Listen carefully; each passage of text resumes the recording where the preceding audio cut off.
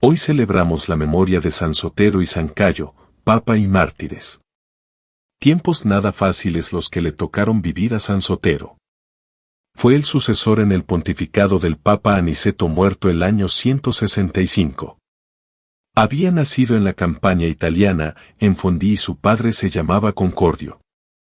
Durante su pontificado se extendió la iglesia, ya que él mismo ordenó a bastantes diáconos, sacerdotes y obispos. En el terreno disciplinar dictó leyes sobre el lugar de las mujeres en la iglesia y, sobre todo, atajó con gran valentía las herejías que se cernían sobre la iglesia en aquellos tiempos iniciales del cristianismo. En su tiempo se extendió la herejía de Montano, que propugnaba un exagerado rigorismo de costumbres. La penitencia más rigurosa y la vida más perfecta debían practicarla todos los cristianos para no caer en pecado, sobre todo si se trataba de pecados muy graves, ya que no se les podían perdonar porque la Iglesia carecía de poder para ello. Esta doctrina, que después defenderían Tertuliano y, sobre todo, Novaciano, fue condenada por la Iglesia en tiempos del Papa San Sotero. Él defendió la doctrina que siempre se había predicado y defendido en la Iglesia desde Jesucristo, que para el pecador arrepentido no hay pecado alguno, por grande que éste sea, que no se le pueda conceder el perdón. Así desaparecía el clima de rigorismo y pesimismo que atormentaba a los cristianos, tan en contradicción con la doctrina del Evangelio, que es de amor, perdón, alegría y esperanza. Otra característica de San Sotero fue su ardiente caridad para con los necesitados. Él era todo para todos y quería que se viviera de acuerdo con lo que los Hechos de los Apóstoles expresan de los primeros cristianos, que todo era común entre ellos, y que todos eran un solo corazón y una sola alma.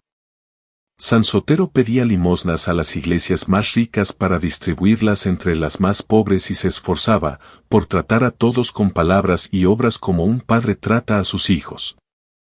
Durante su pontificado el emperador Marco Aurelio, 161 a 180, persiguió sañudamente a la iglesia y durante este tiempo hubo abundantes mártires.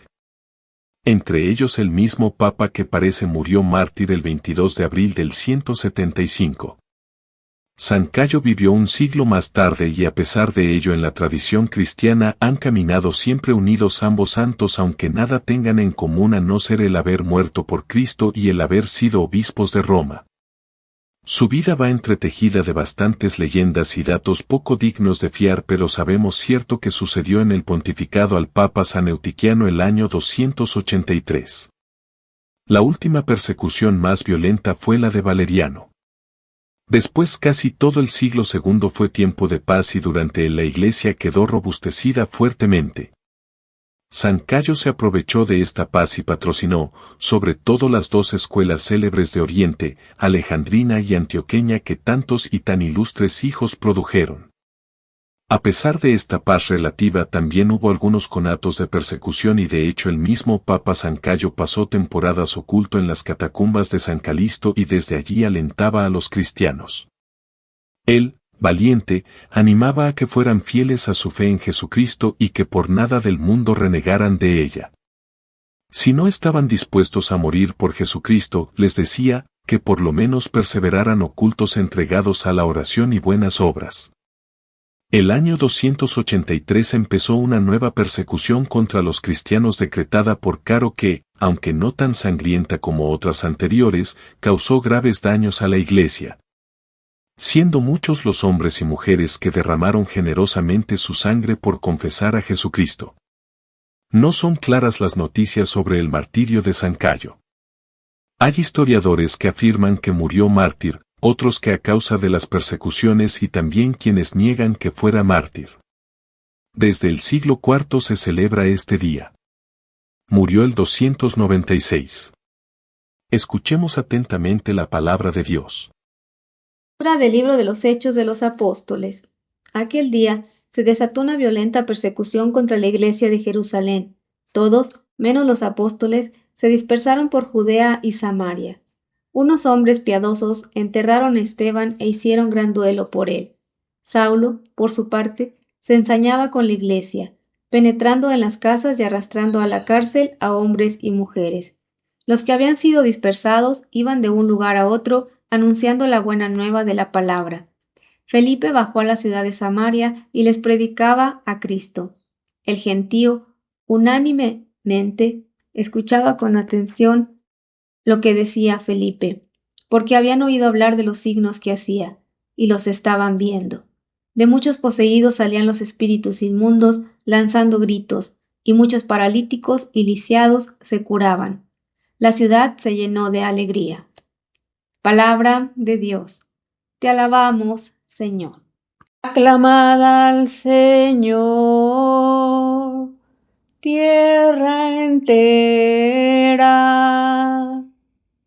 Aclamad al Señor, tierra entera. Tocad en honor de su nombre. Cantad himnos a su gloria. Decid a Dios, qué terribles son tus obras. Aclamad al Señor, tierra entera. Que se postre ante ti la tierra entera, que toquen en tu honor, que toquen para tu nombre. Venid a ver las obras de Dios, sus temibles proezas en favor de los hombres. Aclamad al Señor, tierra entera. Transformó el mar en tierra firme, a pie atravesaron el río. Alegrémonos con él, que con su poder gobierna enteramente. Aclamad al Señor, tierra entera.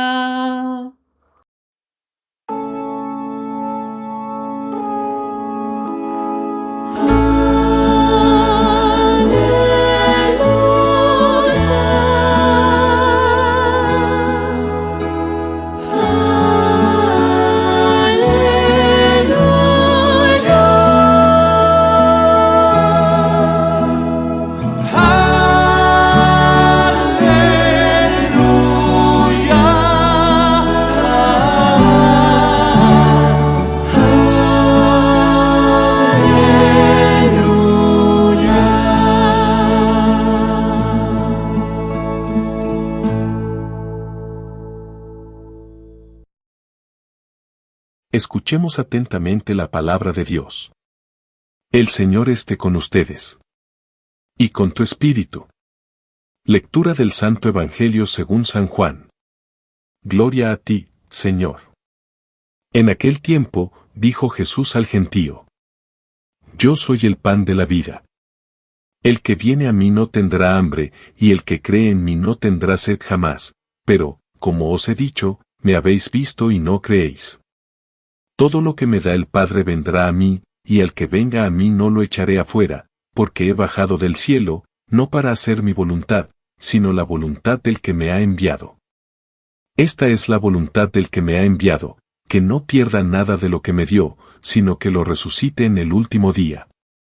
Esta es la voluntad de mi Padre, que todo el que vea al Hijo y cree en él tenga vida eterna, y yo lo resucitaré en el último día. Palabra del Señor. Gloria a ti, Señor Jesús. Jesús se identifica a sus enseñanzas, su doctrina es pan, él mismo es pan, capaz de mitigar nuestra hambre. El que viene a mí ya no tendrá más hambre. Quien cree en mí, jamás tendrá sed. El paralelismo de las dos frases permite aclarar la una por la otra. El que viene a Jesús, el que cree en Jesús no necesita ir a otra parte para saciarse, ya no tiene más hambre ni sed.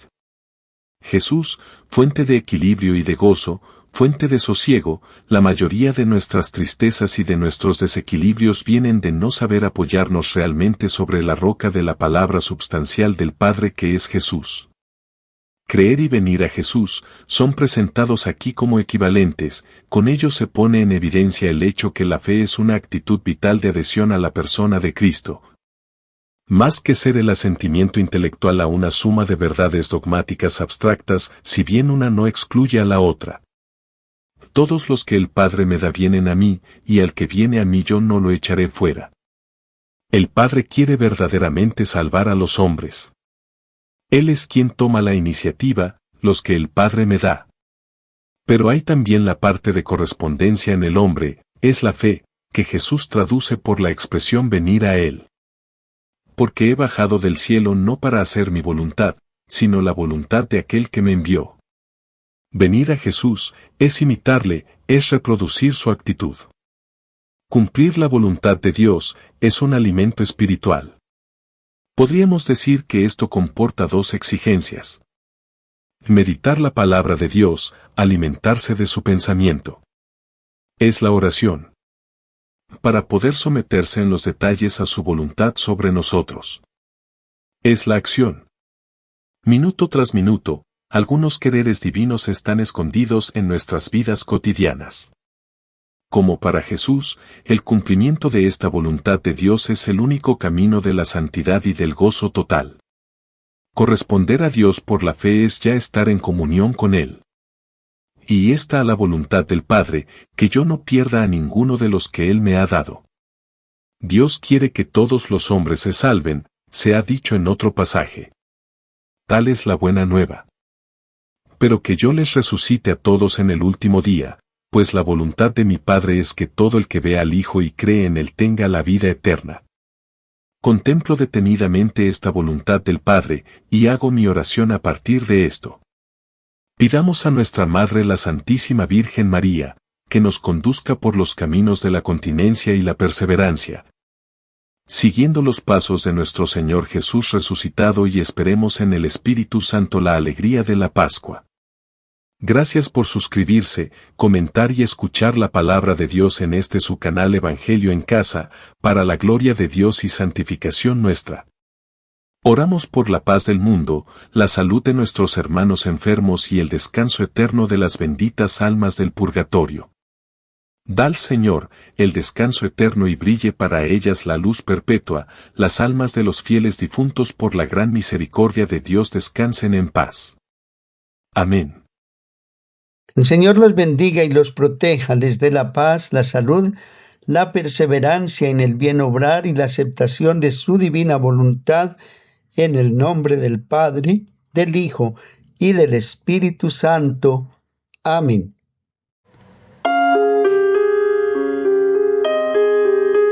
Evangelio en Casa.